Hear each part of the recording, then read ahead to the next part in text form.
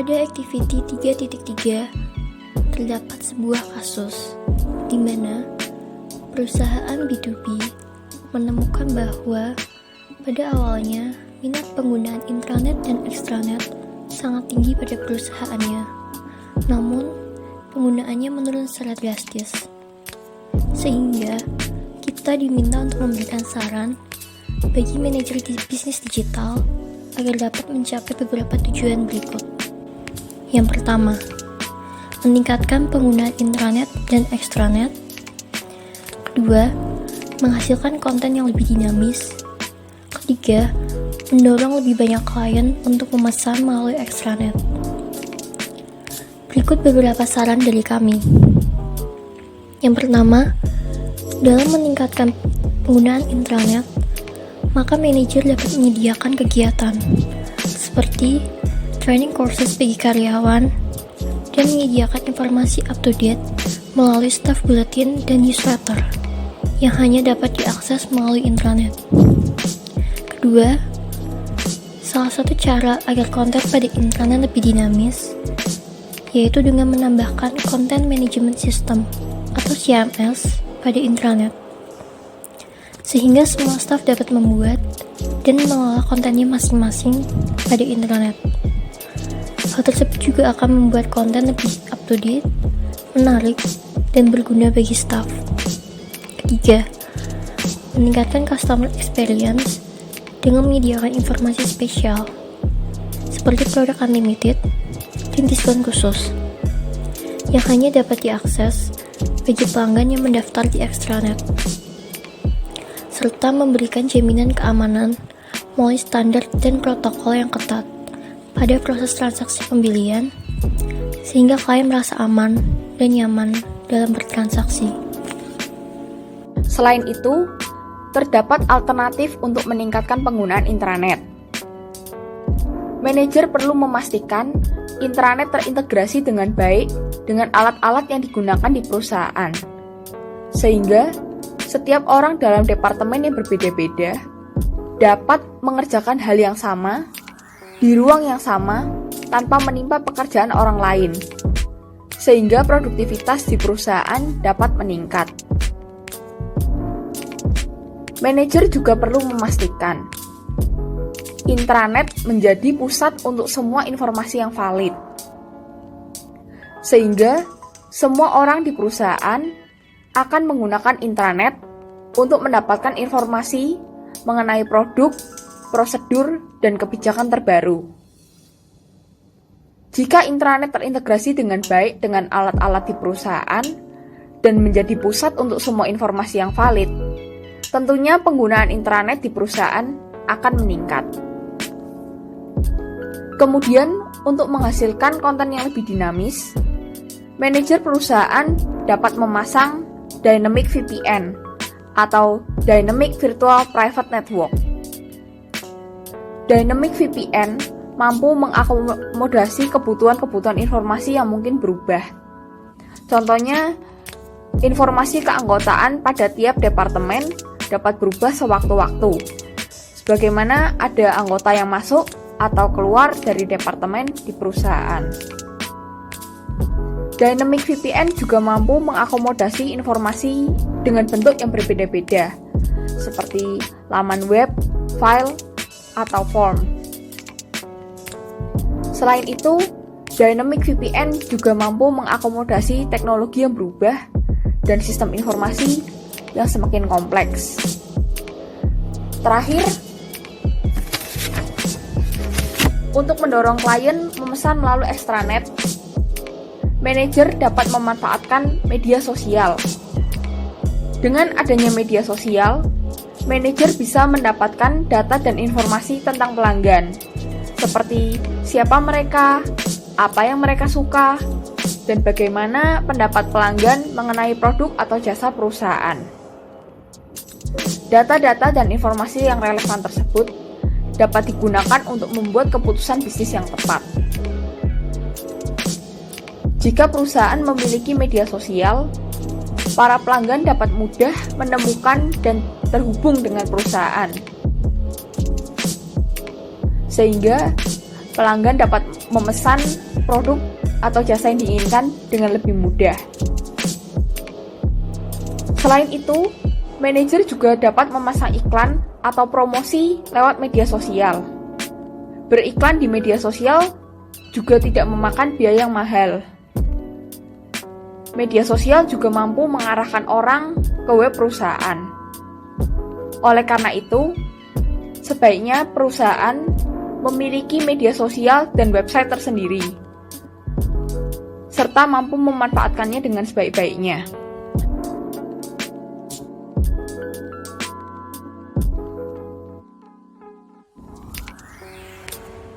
Google menghasilkan pendapatannya dari iklan dan search engine atau mesin pencari.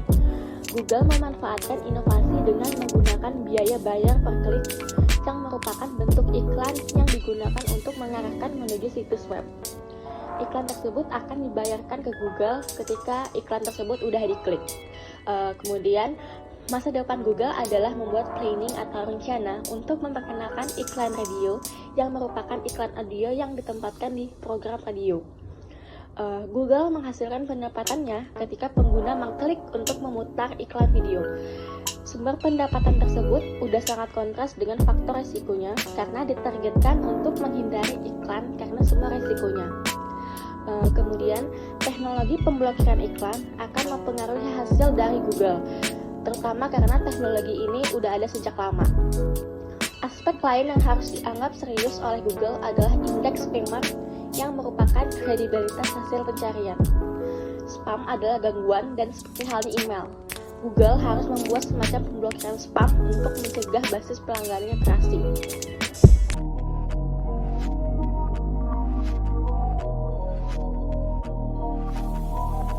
Satu, sistem operasi untuk kendaraan otomatis. Kita telah mengetahui bahwa banyak perusahaan otomotif sedang mengembangkan transportasi tanpa awak, terutama pada mobil. Google X melalui Waymo merupakan pasangan yang serasi dalam mengembangkan taksi tanpa awak. Apalagi melihat kerjasama mereka dengan Lyft, salah satu jasa taksi online di Amerika Serikat. Google X melalui database Google Maps dan Waze yang telah teruji menjadi sistem operasi Waymo dengan bermitra pada Lyft. UBS Investment Bank memprediksi bahwa Waymo akan menguasai 60% dari global self-driving market pada tahun 2030, sebuah pasar yang bernilai hingga 2,8 triliun US dollar. Sedangkan Alphabet Google akan memiliki kekayaan antara 135 miliar US dollar dengan pendapatan hingga 114 miliar US dollar pada tahun 2030. Bagaimana cara kerjanya?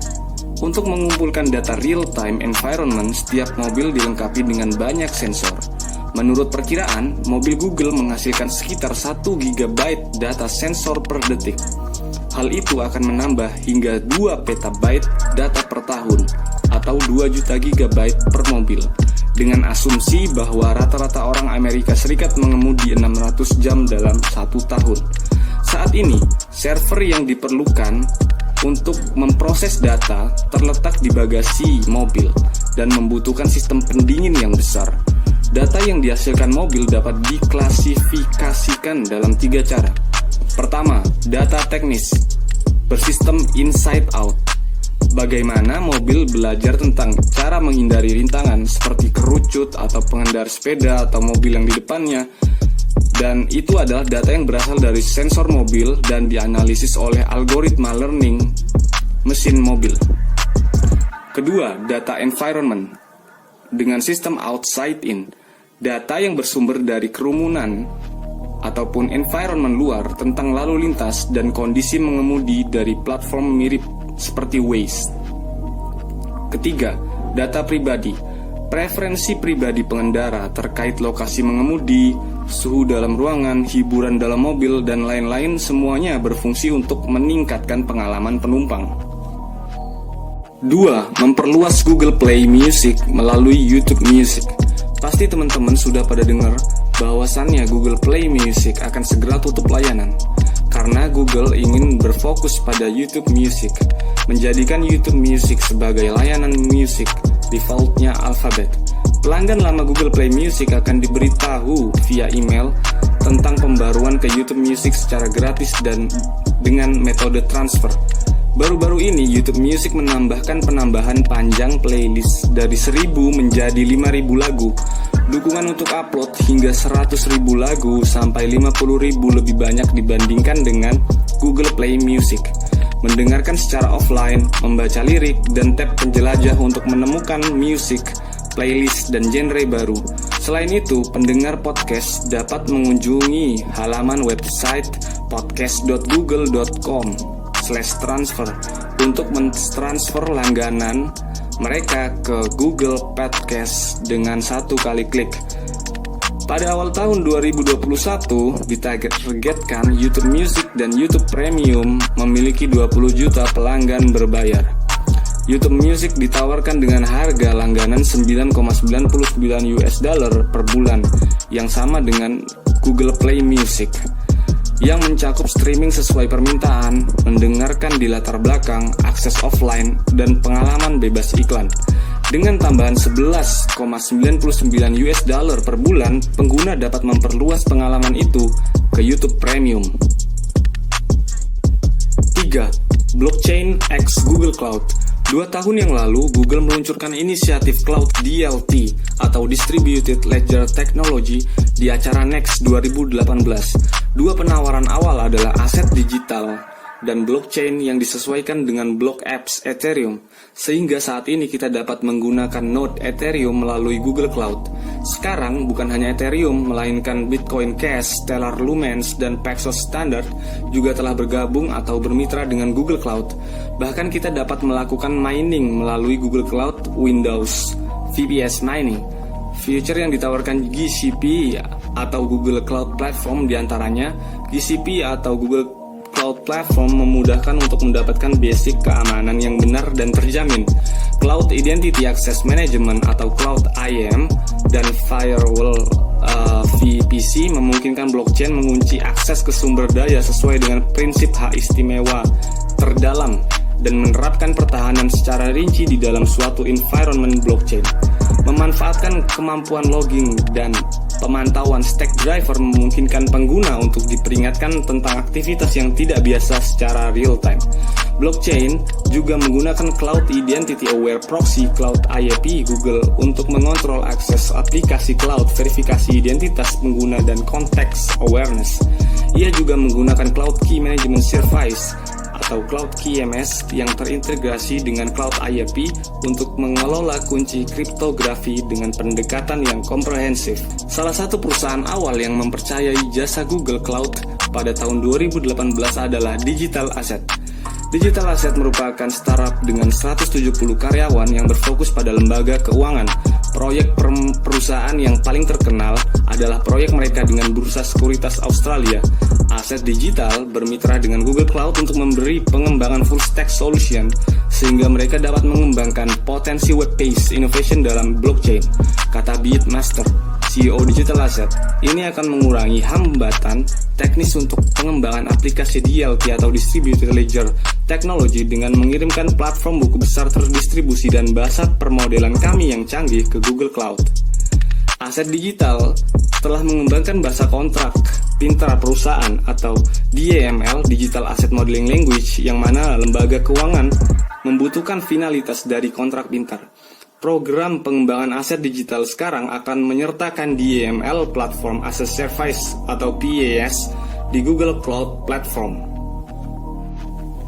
4. Google Crypto Ambitions x Google Pay. Google sepertinya sangat memperhatikan inovasi dan perkembangan cryptocurrency dan teknologi blockchain. Hal ini dilatar belakangi meningkatnya investor pada cryptocurrency. Seiring menipisnya kepercayaan terhadap dolar sebagai fiat currency, individu dan perusahaan, bahkan hedge fund manager mulai memfokuskan investasi atau mengamankan cash mereka pada cryptocurrency. Langkah pertama dan termudah adalah dengan memberikan layanan dan kontrak kerjasama untuk dapat membeli cryptocurrency melalui Google Pay. Google Pay juga telah melakukan strategic investment pada perusahaan kripto seperti Anchorage dan Coinbase. Diprediksi Google melalui Google Ventures juga ikut mengembangkan kripto atau berinvestasi pada proyek kripto, sama seperti Visa dan PayPal yang pada awalnya siap untuk membentuk anggota pendiri Libra Associations, sebuah konsorsium perusahaan yang ditugaskan untuk mengatur cryptocurrency Libra Facebook, tetapi ditarik keluar setelah proyek tersebut menghadapi tekanan regulasi yang signifikan. Dengan pengguna 67 miliar orang, Google Pay akan dengan mudah membuka pasar dunia untuk cryptocurrency. 5. Google Quantum. Google Quantum telah dikembangkan oleh Google, yang mana quantum computing juga dikembangkan oleh Amazon, IBM, dan Microsoft, ditambah jumlah perusahaan kecil lainnya seperti Rigetti dan D-Wave. Kegunaannya adalah komputer kuantum dapat sangat cepat memproses suatu hal.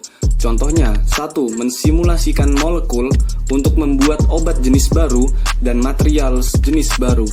2. Dapat memecahkan beberapa misteri fisikawan dan ilmuwan yang belum terpecahkan.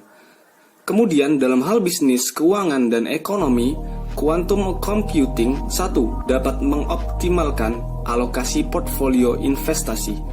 2. Mensimulasikan perakiraan ekonomi dengan sangat tepat. 3. Menganalisis risiko atau financial risk management yang sangat kompleks. 4. Membuat penemuan baru yang dapat dikomersialkan. Hal tersebut membuat Google sangat bersemangat dengan riset mereka tentang quantum computing. Adapun segmentasi pasar quantum computing meliputi 1. Aplikasi, yaitu optimasi, machine learning, dan simulasi. 2. Produk, yaitu meliputi software, hardware, dan layanan. 3. Pasar vertikal, yang meliputi aerospace and defense, BFSI, atau banking, financial service and insurance, energy and power, healthcare, dan informasi teknologi atau IT, dengan total market share mencapai 65 miliar US dollar pada tahun 2030. Yang terakhir adalah Google Future Risk. 1. Penurunan pangsa pasar. Menurut data yang dikumpulkan dari eMarketer, pendapatan iklan digital Google di Amerika Serikat diperkirakan akan mengalami penurunan pangsa pasar. Dilihat secara historis, 38,8% pada 2017, 37,2% pada tahun 2018, dan 36,2% pada 2019. Ini karena meningkatnya persaingan dari Facebook, Amazon, Instagram, dan Snapchat untuk pasar iklan. Kedua, alteration of information. Google telah menerima banyak kritik atas dugaan kolaborasinya dengan Cina atas proyek mesin pencari Dragonfly. Selain itu, Google telah merencanakan untuk menyediakan layanan cloud di Cina, tetapi terpaksa membatalkan rencana tersebut karena meningkatnya ketegangan geopolitik. Jika ketegangan politik menyebar ke wilayah lain di seluruh dunia, maka hal itu dapat mempengaruhi operasi Google secara global. Terima kasih telah menonton video kami. Kami berharap dapat memberi manfaat bagi teman-teman semua.